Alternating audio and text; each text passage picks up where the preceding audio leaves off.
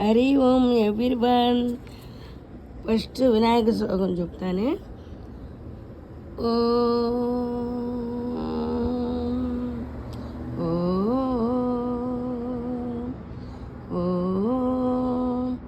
నమో వ్రాతపతియే నమో గణపతియే నమః ప్రమదపతియే నమస్తే అస్తు లంబోదరాయ ఏకదంతాయ విఘ్ననాశినే శివసుతాయ శ్రీవరదమూర్తయే నమః.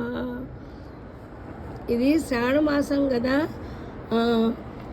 భగవద్గీత చదువుకుంటే ఎప్పుడైనా సరే భగవద్గీత చదువుకుంటే చాలా మంచిది. కృష్ణుడు అర్జునుడితో చెప్పాడు. ఇది ఎందెందరో మహాత్ములు చదివారు. నాకు కూడా ఏదైనా సందేహం వస్తే నేను ఒక శ్లోకం చదువుకున్నా దానికి జవాబు భగవద్గీతలో తెలుస్తుంది. ఇది నేను చెప్పడమే కాదు, గాంధీ మహాత్ముల వారికి ఏదైనా డౌట్కి వస్తే భగవద్గీత చదువుకుంటే ఆన్సర్ వస్తుంది అనేవారు. నాకు కూడా వచ్చిందో వచ్చే.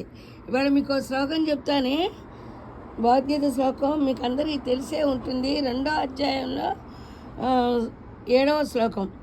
కార్పణ్య దోషోపహత స్వభావ పృచ్ఛామి త్వాం ధర్మ సమూఢచేతా హేచ్ఛేయస్సానిచిత్తం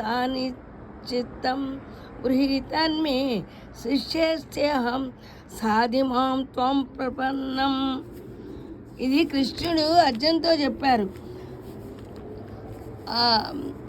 ఇది మనకు కూడా అనునయిస్తుంది, ఒక అర్జునుడికే కాదు. దీని తాత్పర్యం ఏంటో తెలుసా మీకు? కార్పణ్య దోషం అంటే పిరికితనం. అర్జునుడు అంటారు, నాకు పిరికితనం, కృష్ణుడితో అంటారన్నమాట అర్జునుడు, నాకు పిరికితనంకి లోనై నా స్వభావమును కోల్పోయి గిరిగెల్లాడుచున్నాను. అంటే యుద్ధం చేసేటప్పుడు అమ్మో యుద్ధం చేస్తే నా వాళ్ళు, నా సోదరులు, తల్లిదండ్రులు, తాత ముత్తాతలు అందరినీ చంపాల్సి వస్తుందా, వాళ్ళందరూ కూడా నా వాళ్ళే కదా, బంధుమిత్రులే కదా అని చెప్పి యుద్ధం చేయనంటాడు. ఇదంతా మీకు తెలిసిందే అనుకోండి. దీని భావంతో చెప్తున్నమాట. అప్పుడు క్షత్రియ ధర్మం ఏంటి? అర్జునుడికి యుద్ధం చేయడం. ఇప్పుడు మానవ ధర్మం ఏంటి? మనం పుట్టాక మనం ఏం చేయాలి? మన కర్తవ్యం మనం నెరవేర్చుకోవాలంటే ఒక్కోసారి కష్టం అనిపిస్తుంది అనుకోండి, అప్పుడు వచ్చి ఈ పని చేయకూడదు అనుకుంటాం. ఉద్యోగం కష్టం అనుకోండి, ఉద్యోగం చేయకూడదు అనుకుంటాం. ఉద్యోగం చేయకపోతే ఎలాగా?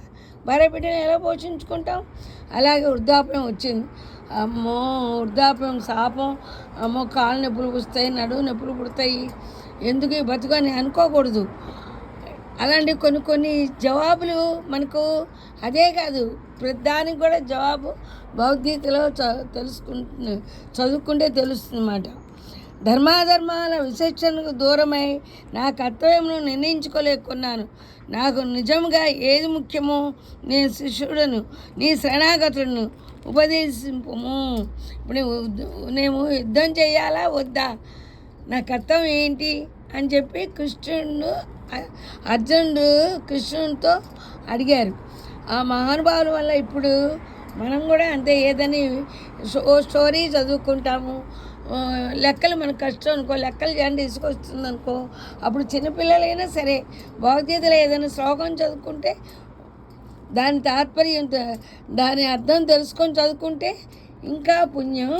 అంటే భావం తెలుసుకుంటే ఆ శ్లోకం బాగా చదువుకోవాలనిపిస్తుంది. అర్థం లేని చదువు వ్యర్థం అంటారు కదా. కానీ నిప్పు పట్టుకుంటే మనం తెలిసి పట్టుకున్నా తెలియక పట్టుకున్నా ఎలా కాలుతుందో, ఈ శ్లోకాలు కూడా అంతే. మనం తెలిసినా తెలియజేయకపోయినా కొంచెం ఆచరించినా మనం మంచి మార్గంలో వెళ్ళిపోతాం. తుల్యా నిందా సుతీర్మోని సంతుష్టో ఏనకేనచిత అంటారు కృష్ణుడు అర్జునుతోటి. ఎప్పుడు మనం నవ్వుతూ ఉండాలట. వాళ్ళు తిట్టని, తుల్యా నింద చేయని, స్తుతి నేను పొగడిని, ఎలా అయినా సరే మనం ఒకలాగే ఉంటే, నవ్వుకుంటూ ఉంటే, తిట్టారని ఏడవకూడదు, పొగిడారని సంతోషపడకూడదు. ఎప్పుడు ఒకలాగా ఉన్నాం అనుకో, ఎప్పుడు నవ్వుకుంటూ ఉంటే అదంటేట స్వామికి ఇష్టం, కృష్ణుడికి. ఎందుకా అనుకున్నాను. మనం ఎప్పుడు లాఫ్టర్ ఫేస్తో, నవ్వు ఫేస్తో ఉన్నాం అనుకోండి, మనకు ఆరోగ్యం బాగుంటుంది. ఇది నేను స్వానుభవంగా చెప్తున్నాను. ఇప్పుడు నాకు 73 years. It is truth. ఉంటా మీ శ్రీదేవి.